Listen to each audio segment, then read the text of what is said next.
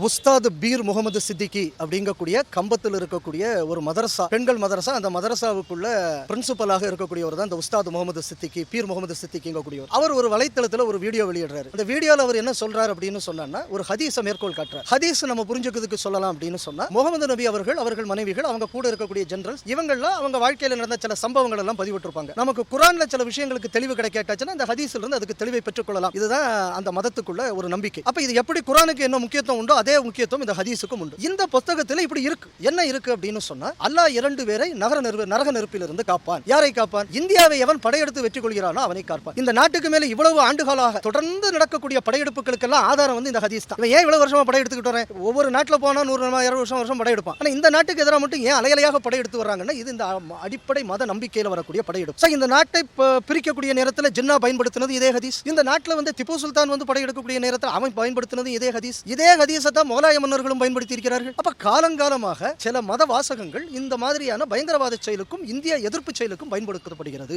இந்த விஷயத்தை தான் நான் மேற்கோள் காட்டி சொன்னேன். இந்த பாருங்க, இந்த ஹதீஸை இவரும் மேற்கோள் காட்டுறாரு. ஏற்கனவே இந்த ஹதீஸ் இதுக்கு முன்னாடி இப்படி ஒரு வரலாறு இருக்கு. மறுபடியும் இதை நம்ம இந்த நாட்டில் வளர விட்டோம்னா நம்ம நாட்டோட பாதுகாப்பு என்ன ஆகும்? இந்த கேள்வியை நம்ம முன்வைக்கிறோம். இந்த கேள்வியை முன்வைத்தது தவறு. நீங்க ஹதீஸை எப்படி கோட் பண்ணலாம்? நான் ஹதீஸை கோட் பண்ணல. உஸ்தாத் பீர் முகமது கோட் பண்ண ஹதீஸை தான் நாம் திருப்பி மேற்கோள் காட்டுறோம். இரண்டாவது, அப்படியே நான் ஹதீஸை கோட் பண்ண என்ன தப்பு? இருக்கிறது நான் சொல்றேன். இல்லாத பிரச்சனையை வைத்தே சனாதனம் ஒழிக்க வேண்டும் நீங்க பேசுறீங்க. சனாதனம்னா என்னன்னு சொல்றானே, இன்னைக்கு ஒரு உருவையில அதுக்கு விளக்கம் சொல்ல எனக்கு. ஆனா இருக்கிறத சொன்னா தப்பு, இல்லாததை சொல்லியாச்சுன்னா ரைட் ராயெல்லாம் வந்து நீங்க துணை முதல்வராக கூட இந்த மாநிலத்தில் இருக்கலாம் அப்படின்னு சொன்னா இந்த நாட்டோட நிலைமை எப்படி இருந்து கொண்டிருக்கிறதுங்கிறத நம்ம பார்க்கணும். அது மட்டும் இல்லாம அவர் சொல்றாரு, நான் வந்து கிலாஃபத் ஆட்சியை வந்து மீண்டும் இங்க கொண்டு வரணும் அப்படிங்கிறார். இந்த கிலாஃபத் ஆட்சிங்க கூடியதை உலகத்தில் இருக்கக்கூடிய அரேபியர்கள் உட்பட முஸ்லிம்கள், உலக நாடுகள் எல்லாம் சேர்ந்து முதல் உலக யுத்தத்தோட முடிவுக்கு கொண்டு வந்தது. ஏன்னா உலகம் முழுவதும் இது மத பிரச்சனையை ஏற்படுத்துது. அப்படின்னா என்ன அர்த்தம்னா, அந்த ஒரு கிலாஃபத்துக்கு குடைக்கு கீழே அவங்க அந்த கிலாஃபத்து சட்டத்துக்கு கீழே வரணும் அப்படின்னு சொன்னா, டாக்டர் அம்பேத்கர் எழுதின சட்டம் இந்த நாட்டில் இனிமே இருக்க முடியாது. இந்த கிலாஃபத் ஆட்சி வந்தா அப்ப இந்த நாட்டின் சட்டம் தூர எறியப்பட வேண்டும்னு சொல்றாங்க. அப்ப இப்படி எல்லாம் ஒருத்தம் பேசியிருக்கான்னு நம்ம வந்து மேற்கோள் காட்டினா நம்ம மேல கேஸ் போடுறாங்க அப்படின்னு சொன்னா, இந்த நாடு, இந்த நாட்டின்